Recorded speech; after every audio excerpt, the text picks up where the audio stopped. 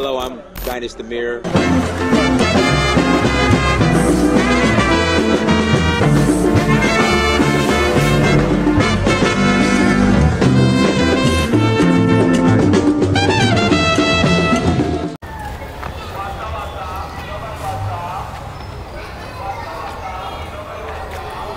So in 1800, you had the third group, the Maroons, right? And when we talk about the Maroons, most of the Maroons came from Jamaica, right? But originally, a lot of them shared indigenous Ghanaian roots, present-day Ghanaian roots. So like Ashanti, Akan people, right? That were taken as enslaved people in the Caribbean, right? And basically Jamaica. So you had a lot of Maroons there, and we all know that when the Maroons were in the plantation, they are always sought to have their independent communities. So that's how they started going into the mountains of Jamaica and creating their own independent states. Up to date, you still have Maroon communities in Jamaica that have their own kings, right? Communities that they pay respect to those kings or small leaders within their communities. It did not start today. So there are a lot of Maroon rebellion within the plantation economies run by the British in Jamaica at the time. So they were burning. So there are a lot of resistance to the transatlantic slave trade back then. So a lot of them were moving outside of the cities and going into mountains and creating their own communities so that they could live just the way they left Africa, right? So there are a lot of Maroon wars. So first Maroon War, second Maroon War. So there was a time that they wanted to have a Maroon treaty, a treaty to have peace within the Maroon community and the British colonial system in Jamaica after a lot of wars. So there's a time they called Walpole was a British soldier. They had facilitated to have a treaty with the British and the Maroons. So they came to the table to have a treaty, and on that day of the treaty, they held most of the Maroon leaders, right, and shipped them, they exiled them to Nova Scotia. So they shipped them to Nova Scotia and they settled in Nova Scotia because they never wanted for them to be on that soil and still act negatively. But the people came down for a treaty so that they could have peace. Yeah, right. So they'll have peace, and the peace they came to sign became their exile. So that's how they went into Nova Scotia, and the 1792 group had came down here, frauded as well, because they had told them that you're coming to lead yourself, and then later that didn't happen. So the Nova Scotians as well started having a lot of problems. There was a whole Nova Scotian rebellion in Freetown because the colonial government had introduced what they call quit rent. Quit rent, yeah, rent, you pay rent for a house, blah, blah, blah. And yeah, so the people had a lot of, the blacks had a lot of problem with that. We're now in Africa, why should we pay rent? In our homeland, you understand? Yes. Why should we pay rent? So they had those fracas, and it was within that same time they were having these rebellions that the Maroons came, that they brought the Maroons.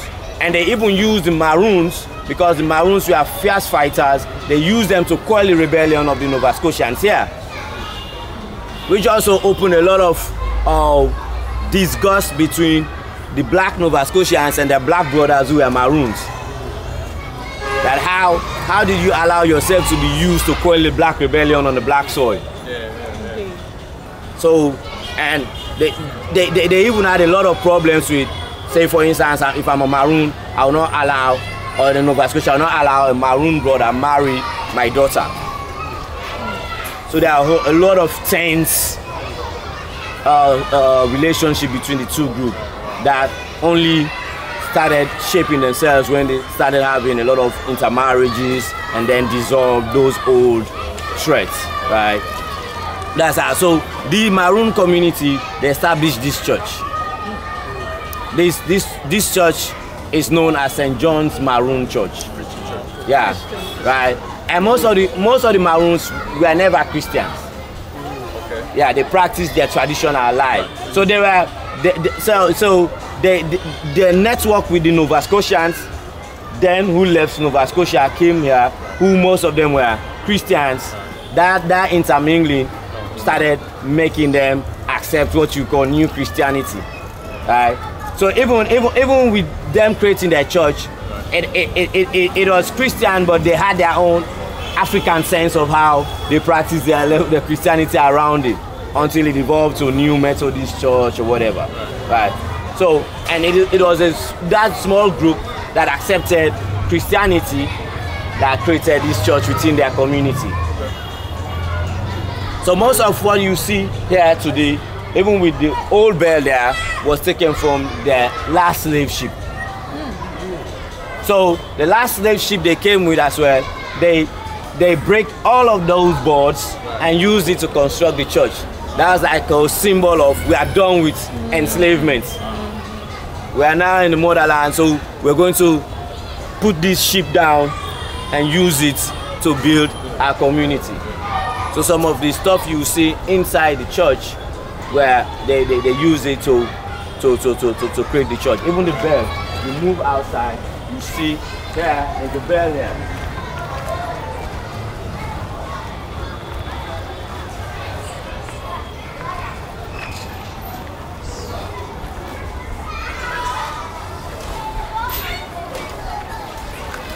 See the bell here. So most of these irons as well came from the ship.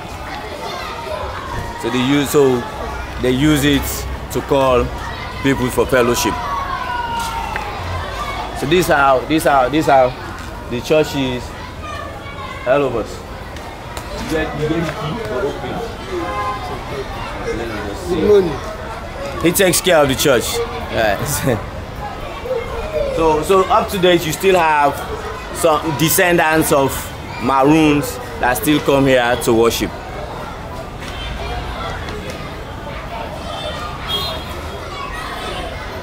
Hello.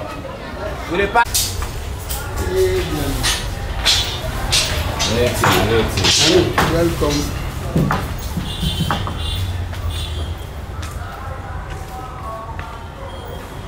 So you see the structure, even like you notice the difference in the layers of the board at the moment, right?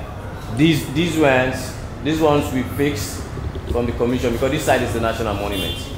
We fixed these because there are a lot of termite infestation around the board. These boards are old, 200 plus years. So we changed it so that we could just hold the building, that we don't have a problem with that. But you still have these ones you see are from the slave ship. These boards that you see here are from the slave ship themselves. So they had even pews here, chairs here that were from the slave ship.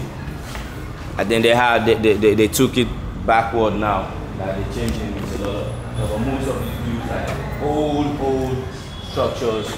They use those boards from the ship to build the structure that you have here today. So it is the only church in Sierra Leone that still bears the name of a group of settlers that came back to the continent, especially in Freetown. So today it is referred to as the St. John Maroon. So once you hear it, you know it's connected to the Maroon, and it connects to the history that they shared prior even to coming down this space. Most of the Maroons that came here as well became rich. They did businesses. They became rich. Some even facilitated their own ships and went back to Jamaica. They went back to Jamaica. There are a lot of fracas in Jamaica. They took their ship again and came back to Sierra Leone. So you see back and forth Maroon movements from Sierra Leone and all. So today even there is a group of Maroons that they call the Flagstaff they still share a lot of connection with the continent, the Flagstaff Maroons, which is Sierra Leone. So whenever some of those brothers come to Sierra Leone, this is one of the first places that they come to see, because up to date they still have direct connection. There are people in their lines that came down here to Sierra Leone as Maroons, and now they evolve into what you call the Creole community. All of these 4 groups align with their brothers and sisters, indigenous Sierra Leoneans, were what produce the Creole community today that you see. So what you know as the Creole community was created in the 19th century Sierra Leone, and that is amalgamation of a lot of African tribes, a lot of African American languages that dove lands perhaps in the plantations and then came back, and then they all merged. So that's why today, if you even listen to some elements of Creole, you'll be able to figure French in it, you'll be able to figure Spanish in it, you'll be able to figure indigenous African languages within that, just a Creole word or 2 that people will say. Today, presently, when you talk Creole, there's a word beaucoup. Beaucoup means a lot, right? But you know it has French roots. When the French want to talk about anything that is a lot, they say beaucoup. But that's in Creole today. So in Creole we call a child pikin, but in Jamaican patois they say picnic, right? so if a Creole man say pikin, and so if a Jamaican stand here and he hears me say pikin, he already knows that he's talking about a child. So even in what you know today as Gola, you still have in the south of the United States, you still have these languages, right? And how so that's what sometimes we say Africanisms in the United States history, United States culture, right? So Dr. Turner did an important work that I call Africanisms in the Gola dialect.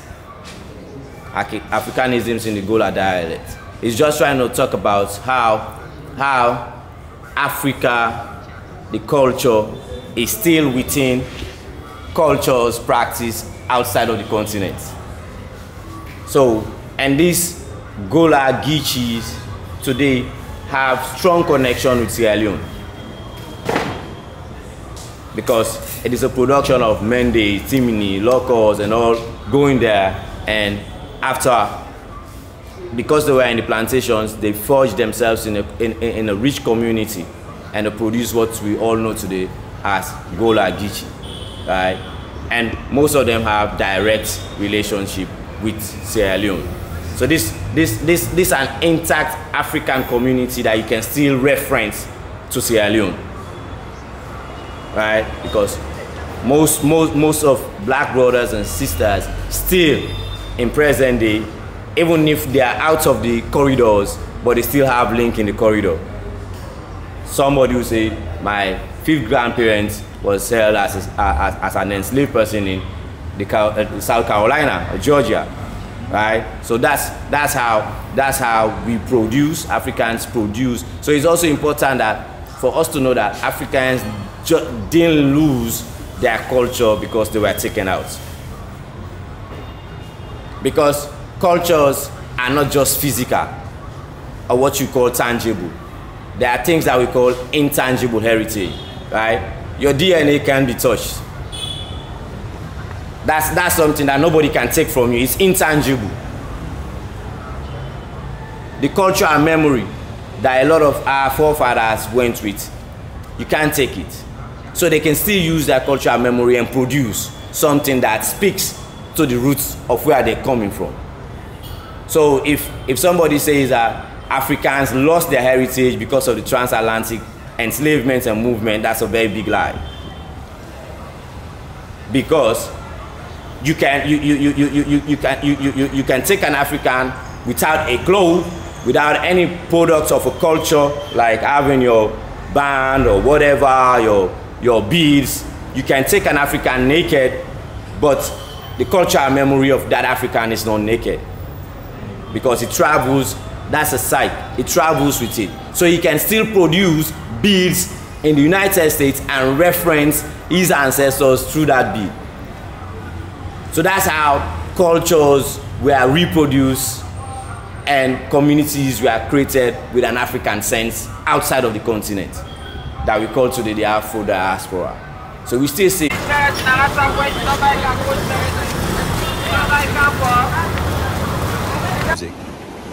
April 2023, we are rolling back to Sierra Leone, and word on the street, more than likely there will be another citizenship ceremony. So if you're eligible for citizenship in Sierra Leone, please visit danfo.africa. That's DANFO.Africa. Again, please visit danfo.Africa.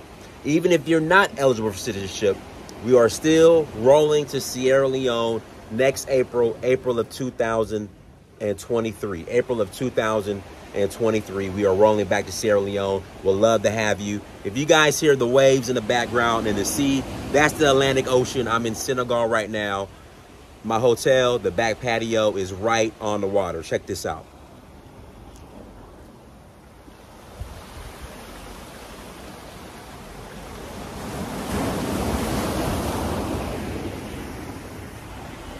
Dynasty Amir, search for Uhuru. Until next time, family.